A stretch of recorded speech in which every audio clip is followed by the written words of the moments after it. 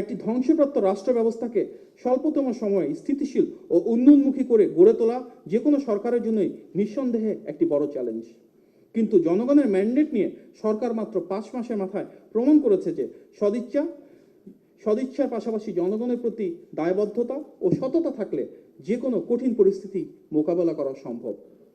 দেশীয় ও আন্তর্জাতিক নানা প্রতিকূলতা সত্ত্বেও জনগণের আস্থার মর্যাদা রক্ষা করে দেশ পরিচালনা ও অর্থনৈতিক সংস্কারের যে ভিত এই স্বল্প সময়ে রচিত হয়েছে তা আগামী দিনে আমাদের কাঙ্ক্ষিত বাংলাদেশ গড়ে তোলবার পথে পাথেয় হয়ে উঠবে ইনশাল্লাহ। সরকার একটি বড় অর্জন আমরা যদি চতুর্থ পয়েন্ট দেখি, জনগণের স্বাধীনতা ও দেশের সার্বভৌমত্ব সেটি রক্ষায় সর্বোচ্চ অগ্রাধিকার।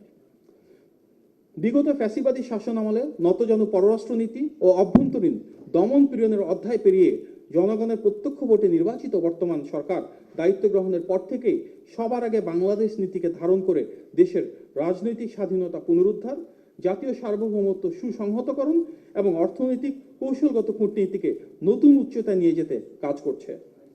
সবার আগে বাংলাদেশ নীতিকে ধারণ করে পারস্পরিক সমতা, ন্যায্যতা, আত্মমর্যাদা ও জাতীয় স্বার্থকে প্রাধান্য দিয়ে সরকার বৈশ্বিক পরিসরে বাংলাদেশের মর্যাদা বৃদ্ধি, বৈদেশিক বিনিয়োগ আকর্ষণ, দীর্ঘদিনের আমলাতান্ত্রিক জটিলতা নিরসন, সীমান্ত আকাশসীমার নিরাপত্তা জোরদার এবং ব্যবসা বাণিজ্য ও রাষ্ট্র সংস্কারে গতিশীল উদ্যোগ গ্রহণ করেছে। সরকার এমন একটি ভারসাম্যপূর্ণ পররাষ্ট্র নীতি নিশ্চিত করতে যাচ্ছে যেখানে প্রতিটি দেশের সাথে দ্বিপাক্ষিক ও বহুমাত্রিক সম্পর্ক গড়ে তুলতে পারি। মানবাধিকার, বাক স্বাধীনতা এবং আইনের অনুশাসন গত 5 মাসে শতভাগ নিশ্চিত করা হয়েছে।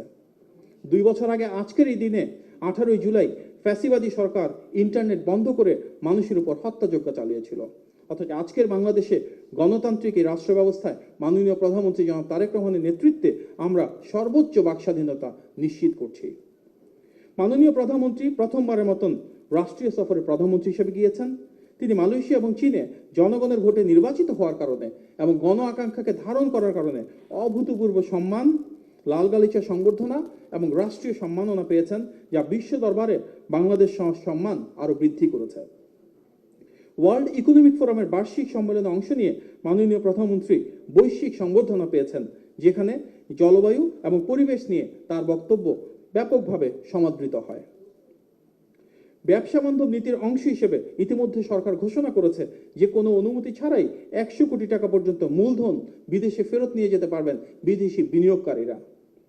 কূটনৈতিক আলোচনার মাধ্যমে ভারতের বন্ধ থাকা ভিসা সেবা বাংলাদেশি নাগরিকদের জন্য আবার চালু হয়েছে। মালয়েশিয়া বাংলাদেশের জন্য শ্রম বাজার উন্মুক্ত করার কার্যকর উদ্যোগ যেমন গৃহীত হয়েছে, তার পাশাপাশি 33 দফার একটি যৌথ বিবৃতি বাংলাদেশ এবং মালয়েশিয়ার মধ্যে ঘোষিত হয়েছে এবং তার অংশ হিসেবে হালাল বাজার সহ নানামুখী শিল্প, বাণিজ্য, ব্যবসা এবং কর্মসংস্থানে সম্প্রসারণ ঘটিত বিভিন্ন উদ্যোগ গৃহীত হয়েছে। এবং এর পাশাপাশি গুরুত্ব দেওয়া হচ্ছে পিপল টু পিপল টাইজ বা জনগণের সাথে জনগণের সম্পৃক্ততা, যেখানে স্বাস্থ্য, শিক্ষা সহ বিভিন্ন বিষয়ে প্রযুক্তিগত সহায়তার বিষয়ে আলোচনা হয়েছে। চীনের সাথে বাংলাদেশের একটি দীর্ঘমেয়াদী কৌশলগত অংশীদারিত্বের সম্পর্ক স্থাপিত হয়েছে মাননীয় প্রধানমন্ত্রীর সাথে চীনের প্রিমিয়ার এবং চীনের প্রেসিডেন্টের মিটিংয়ের মাধ্যমে। চীন সফরে 17টি সমঝোতা স্মারক, যৌথ ইশতেহার ঘোষণা, বাংলাদেশে পর্যায়ক্রমে $9.21 বিলিয়ন বিনিয়োগ প্রস্তাব, বাণিজ্য ঘাটতি দূরীকরণ, চীন মিয়ানমার বাংলাদেশের অর্থনৈতিক করিডোর, আনোয়ারা শিল্পাঞ্চল প্রতিষ্ঠা, মোংলা বন্দরের অর্থনৈতিক অঞ্চল নিয়ে যৌথ প্রকল্প, তিস্তা মহাপরিকল্পনা বাস্তবায়ন সহ বহুবিধ বিষয়ে বাংলাদেশ এবং চীন যৌথভাবে কাজ করার বিষয়ে ঐক্যমত্য পোষণ করেছে। বাংলাদেশের ইতিহাসে প্রথমবারের মতো যুক্তরাষ্ট্রের একটি পার্লামেন্টারি ককাস বাংলাদেশের জাতীয় সংসদে গঠিত হয়েছে। বাংলাদেশের এয়ারলাইন্স বহরে বোয়িং এর পাশাপাশি নতুন এয়ারবাস যুক্ত করার বিষয়ে ইতিমধ্যে সরকারের কার্যকর আলোচনা শুরু হয়েছে। সংযুক্ত আরব আমিরাত ও জিসিসি দেশগুলোর সঙ্গে সরাসরি যোগাযোগ ও আলোচনার মাধ্যমে মধ্যপ্রাচ্যের বিভিন্ন দেশের সাথে কিভাবে আমাদের শ্রম বাজার সম্প্রসারণ করা যায়, শ্রমিকদের নিরাপত্তা নিশ্চিত করা যায়, জ্বালানি নিরাপত্তা আরও বাড়ানো যায় এবং আঞ্চলিক সংকটে দৃঢ় সংহতি নিশ্চিত করা যায়, সেগুলো নিয়ে বহুমুখী পদক্ষেপ গ্রহণ করা হচ্ছে। মাননীয় প্রধানমন্ত্রী জনাব তারেক রহমানের নেতৃত্বে ইউরোপিয়ান ইউনিয়ন সহ সকল দেশের সঙ্গে উচ্চ পর্যায়ের বৈঠকে অর্থনৈতিক সংস্কার, বিনিয়োগ, কর্মসংস্থান এবং জনগণের সাথে জনগণের সম্পর্ক, এগুলো নিয়ে বহুবিধ প্রোগ্রেস হয়েছে। দেশের দক্ষিণাঞ্চলের অববাহিকায় মানুষের আর্থসামাজিক উন্নয়নে পদ্মা ব্যারেজ প্রকল্প গ্রহণ করা হয়েছে। ফিলিস্তিনের প্রতি সংহতি ও স্বাধীন পররাষ্ট্রনীতির অংশ হিসেবে পাসপোর্টে এক্সেপ্ট ইসরায়েল বা ইসরায়েল ভিত্তিক ঘোষণাটি পুনরায় যুক্ত করা হয়েছে। কৌশলগত এবং অবকাঠামোগত বিভিন্ন উন্নয়ন প্রকল্পে বিভিন্ন দেশের স্ব বিশেষায়িত ও কারিগরি দক্ষতা সন্নিবেশ উদ্যোগ নেওয়া হয়েছে, যার অর্থ প্রতিটি দেশ বাংলাদেশের উন্নয়ন অগ্রযাত্রায় বিভিন্ন ধরনের ডেভেলপমেন্ট এবং স্ট্র্যাটেজিক পার্টনারশিপের মাধ্যমে বিভিন্ন ধরনের প্রজেক্টে ভূমিকা রাখতে পারে। জাতীয় নিরাপত্তা জোরদারে আকাশসীমা নজরদারির জন্য সর্বাধুনিক গ্রাউন্ড মাস্টার 400 রাডার স্থাপন এবং সীমান্তে ড্রোন, অ্যান্টি ড্রোন ও মাইন ডিটেক্টর সরঞ্জাম মোতায়েনের বিষয়ে সিদ্ধান্ত হয়েছে। দীর্ঘ 1 বছর বন্ধ থাকার পর বিমান বাংলাদেশ এয়ারলাইন্স ঢাকা থেকে জাপানের নারিতো রুটে সরাসরি ফ্লাইট পুনরায় চালু করছে এবং বিশ্বের বিভিন্ন দেশের সাথে আমাদের কানেক্টিভিটি আরও কীভাবে বাড়ানো যায়, বিভিন্ন ফ্লাইট কীভাবে বৃদ্ধি করা যায়, সেগুলো নিয়ে কাজ চলমান রয়েছে। ব্যবসা সহজ করতে নানা সংস্কারের আওতায় ব্যবসা নিবন্ধনের সময়সীমা 1 বছর থেকে কমিয়ে মাত্র 14 দিনে আনয়ন করা হয়েছে এবং বিশ্বের বিভিন্ন দেশের বিনিয়োগকারীরা এটিকে স্বাগত জানিয়েছেন। মাননীয় পররাষ্ট্রমন্ত্রী বিপুল সমর্থনে জাতিসংঘের সাধারণ পরিষদের 81তম অধিবেশনে সভাপতি নির্বাচিত হয়ে বিশ্ব দরবারে বাংলাদেশের সম্মানকে আরও উঁচুতে নিয়ে গিয়েছেন। সংক্ষেপে বলতে গেলে বর্তমান সরকারের মাত্র 5 মাসের সংক্ষিপ্ত সময়ের মধ্যেই অভ্যন্তরীণ সংস্কার, জাতীয় নিরাপত্তা নিশ্চিতকরণ এবং আন্তর্জাতিক কূটনৈতিক সম্পর্কের ক্ষেত্রে এক বৈপ্লবিক এবং যুগান্তকারী সাফল্যের স্বাক্ষর রেখেছে বাংলাদেশ। প্রতিটি ক্ষেত্রে গৃহীত এই সুদূর প্রসারী ও জনকল্যাণমুখী পদক্ষেপগুলো কেবল দেশের অর্থনৈতিক ও শাসনতান্ত্রিক ভিত্তিকে মজবুত করেনি, বরং দীর্ঘদিনের স্থবিরতা ও বৈষম্য ভেঙে একটি স্বাধীন, সার্বভৌম ও স্বনির্ভর বাংলাদেশ গড়ার প্রত্যয়কে বাস্তবে রূপ দিয়েছে। জনগণের ম্যান্ডেটে এগিয়ে চলা এই সরকারের হাত ধরেই বাংলাদেশ আজ আত্মমর্যাদাশীল রাষ্ট্র হিসেবে বিশ্বমঞ্চে একটি দৃঢ় অবস্থানে পৌঁছে গিয়েছে। গণমানুষের প্রধানমন্ত্রী জনাব তারেক রহমানের কিছু রাষ্ট্রনায়ক হিসেবে নেতৃত্ব রয়েছে, যেটি বাংলাদেশকে আজকে এক ভিন্ন মাত্রায় নিয়ে গিয়েছে। মাননীয় প্রধানমন্ত্রী জনাব তারেক রহমান রাষ্ট্রীয় দায়িত্ব গ্রহণের পর থেকে জনকল্যাণ, অংশগ্রহণমূলক রাষ্ট্র এবং সেবামুখী নেতৃত্বের উপর বিশেষ গুরুত্ব দিয়েছেন।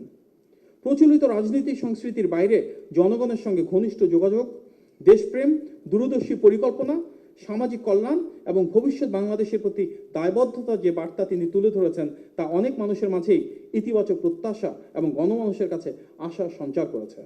একটি মানবিক, অন্তর্ভুক্তিমূলক ও উন্নয়নমূলক বাংলাদেশ করার লক্ষ্যে তার উদ্যোগগুলো আমাদের চিন্তার নতুন নতুন দ্বার উন্মোচন করেছে।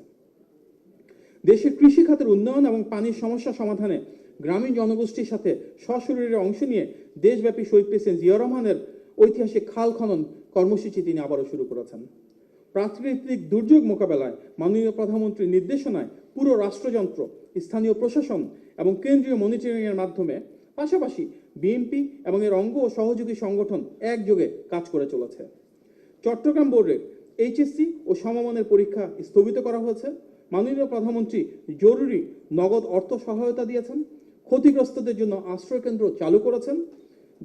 যেখানে প্রয়োজন দেশব্যাপী চাল বিতরণ করেছেন, খাদ্যপণ্য পৌঁছে দিয়েছেন এবং স্থানীয় প্রশাসনকে দুর্গত মানুষের পাশে থাকার, সাথে থাকার নির্দেশনা দিয়েছেন, সেটি মনিটরিং করেছেন।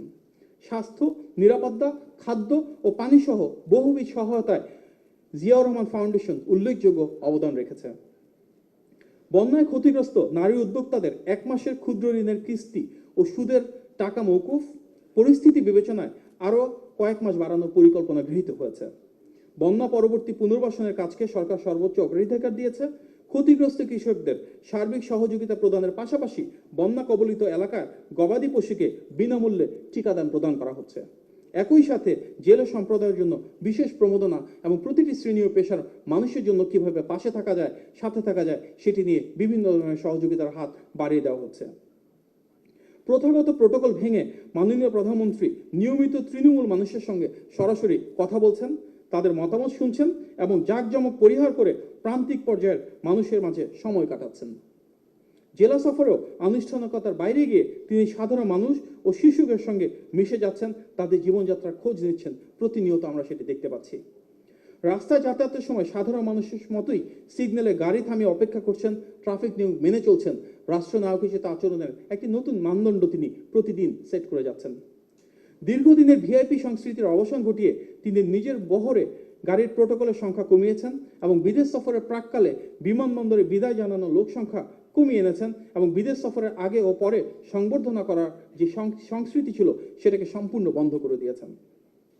দেশের আইন প্রণয়ন ও গণতান্ত্রিক ব্যবস্থা সম্পর্কে ব্যবহারিক ধারণা দিতে শিশুদের জন্য জাতীয় সংসদের অধিবেশনে সরাসরি গ্যালারিতে বসে থাকার সুযোগ করে দিয়েছেন। মাননীয় প্রধানমন্ত্রীর নির্দেশনায় প্রথম থেকে পঞ্চম শ্রেণীর 22 লাখ শিক্ষার্থীর অংশগ্রহণে প্রাথমিক গোল্ড কাপ ফুটবল টুর্নামেন্ট, ষষ্ঠ থেকে দ্বাদশ শ্রেণীর শিক্ষার্থীদের নিয়ে স্টার্ট আপ ও আইডিয়া কম্পিটিশন, প্রাথমিক শিক্ষা পদক প্রদান এবং শিক্ষার্থীদের সকল পর্যায়ে বৃত্তির সংখ্যা এবং অর্থ বাড়ানো হয়েছে। সংসদ এবং সংসদের বাইরে বিরোধী দলগুলোর স্বাধীন রাজনৈতিক ও গণতান্ত্রিক কার্যক্রম পরিচালনার সুযোগ নিশ্চিত হয়েছে। মাননীয় প্রধানমন্ত্রী এমন বাংলাদেশের রূপকল্প দিয়েছেন যেখানে দল মত পথের ঊর্ধ্বে উঠে সবাই দেশের স্বার্থে, দেশের সার্বভৌমত্ব রক্ষার্থে গণতান্ত্রিক মূল্যবোধকে ধারণ করে একসাথে কাজ করে যাবেন। মাননীয় প্রধানমন্ত্রীর ভাষায় ফ্যাসিবাদের বিরুদ্ধে সরকার ও বিরোধী দলের মধ্যে জাতীয় ঐক্য থাকতে হবে এবং আমরা দেখেছি বিরোধী দলীয় নেতাও সমাপনী বক্তব্যে গণতান্ত্রিক সে আকাঙ্ক্ষা অনুরণিত করেছেন। সংসদীয় রীতিনীতির প্রতি বিরল সম্মান প্রদর্শন করে সংসদে আইনমন্ত্রীর বক্তব্য চলাকালীন ফ্লোর ক্রসিং এড়াতে মাননীয় প্রধানমন্ত্রী সাধারণ আসনে তৃতীয় সারিতে বসে শৃঙ্খলা, সহনশীলতা এবং সংসদীয় সম্মানবোধের নজির স্থাপন করেছেন। রাষ্ট্রীয় নির্দেশনার মাধ্যমে যে কোনো সরকারি বা রাষ্ট্রীয় অনুষ্ঠানে ব্যানার ও ফেস্টুনে মাননীয় প্রধানমন্ত্রী তার নিজের ছবি ব্যবহারকে সম্পূর্ণভাবে নিষিদ্ধ করেছেন।